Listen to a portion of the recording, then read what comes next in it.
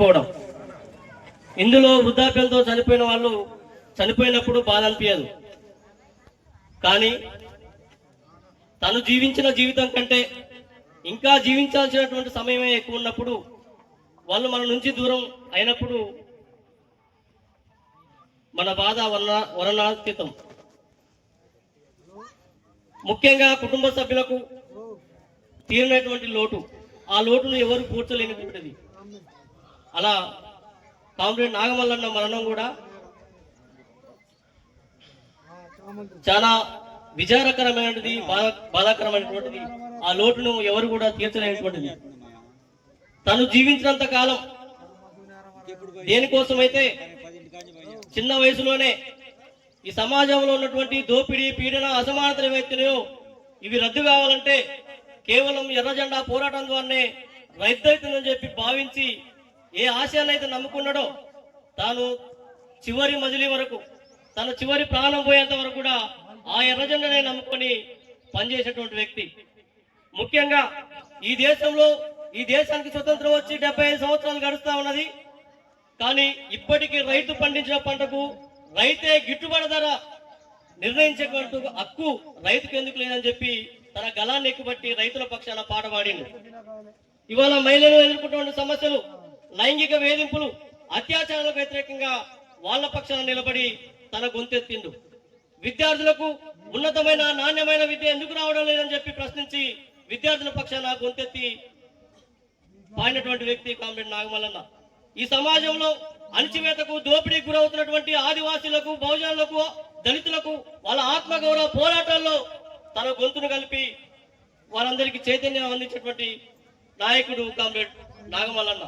ఈ గ్రామ అభివృద్ధి కోసం, ఈ గ్రామంలో రోడ్డు నిర్మాణం కోసం అనేక సందర్భాల్లో ఎమ్మెల్యేని కలిసి మా ఊరికి ఎందుకు రోడ్డు నిర్మాణం చేయట్లేదని చెప్పి కలిసినటువంటి వ్యక్తి కామ్రేడ్ నాగమల్లన్న. పక్కనే ఉన్నటువంటి పసునూరు పస్తాల సంతను కూడా నిర్మాణం చేయడం కోసం, అక్కడ ఏర్పాటు చేయడం కోసం కృషి చేసినటువంటి వ్యక్తి కామ్రేడ్ నాగమల్లన్న. ఇవాళ సమాజంలో ఉన్నటువంటి అనేక రకాల అసమానతలు మొత్తం కూడా రూపుమాపాలంటే ఇవాళ కేవలం ఎర్రజెండా ద్వారా మాత్రమే అని చెప్పి నమ్మి చివరి వరకు పోరాడినటువంటి వ్యక్తి కామ్రేడ్ నాగమల్లన్న. అలాంటి వ్యక్తి మనకు దూరమైనప్పుడు చాలా బాధ అవుతుంది. మాతో కలిసి తిరిగి, మాతో పాటలు పాడి, మాతో ఆడి పాడినటువంటి వ్యక్తి ఇవాళ లేడు అంటే ఆ బాధను వర్ణించలేము. ఈ మధ్య కాలంలోనే ఏప్రిల్ 22వ తారీఖున జారేగూడెం పక్కనే ఇటులపాడు గ్రామంలో మేము సభ పెడతా ఉన్నాం. ఆ గ్రామంలో తెలంగాణ సాయుధ పోరాట వీరుడు అమరుడయ్యాడు. ఆ సందర్భంగా సభ పెడతా ఉన్నాం. అన్నా నువ్వు రావాలని చెప్పి నాగమల్లన్నకు ఫోన్ చేశాను.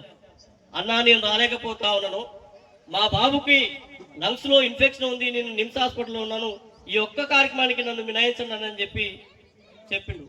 ఆ కార్యక్రమం తర్వాత తిరిగి ఒక వారం 15 రోజుల్లోనే అకాల మరణం, యాక్సిడెంట్ రూపంలో అకాల మరణం చెందినటువంటి నాయకుడు కామ్రేడ్ నాగమల్లన్న. అలాంటి నాయకుడిని కోల్పోవడం చాలా బాధాకరం. ఈ గ్రామ ప్రజలకు కానీ ప్రజా ఉద్యమానికి తీరని లోటు. ముఖ్యంగా ఒక తల్లి పురిటి నొప్పుల బాధను అనుభవించి కొడుకును కానీ బిడ్డల్ని కానీ వాళ్ళని పెంచి ప్రయోజకులను చేస్తే చివరికి ఆ తల్లికి అన్నం పెట్టిన కొడుకులు ఈ సమాజంలో ఉన్నారు. అందులో తల్లికి 3 కొడుకులు ఉన్న కాడ కనీసం ఒక్క కొడుకన్నా కనికరించి ఆ తల్లికి అన్నం పెట్టేటువంటి మంచి ఉదయం ఆ కొడుకు ఉంటుంది. ఇవాళ ఈ ప్రాంతంలో కూడా ఎంఎల్ పార్టీ సారా వ్యతిరేక పోరాటంలో పాల్గొన్నది, జీత వ్యతిరేక సమ్మెలో పాల్గొన్నది, కూలీల హక్కుల కోసం కూలీ రేట్లు పెంచాలని పోరాటం చేసింది. ఆ సందర్భంలో ప్రజలందరూ కూడా ఎంఎల్ పార్టీ నాయకత్వంలో, దుబ్బాక సంజయ్ రెడ్డి గారి నాయకత్వంలో ఈ ప్రాంతంలో పనిచేశారు.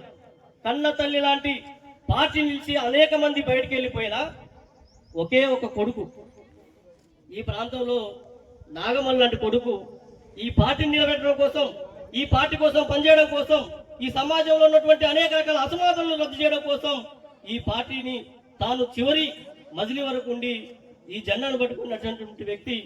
ఆయన మరణం చాలా విచారకరం. ఈ సందర్భంగా మరోసారి కామ్రేడ్ నాగమల్లన్నకు విప్లవ జోరులు అర్పిస్తూ అవరై కామ్రేడ్ నాగమల్లన్న, అవరై కామ్రేడ్ నాగమల్లన్న.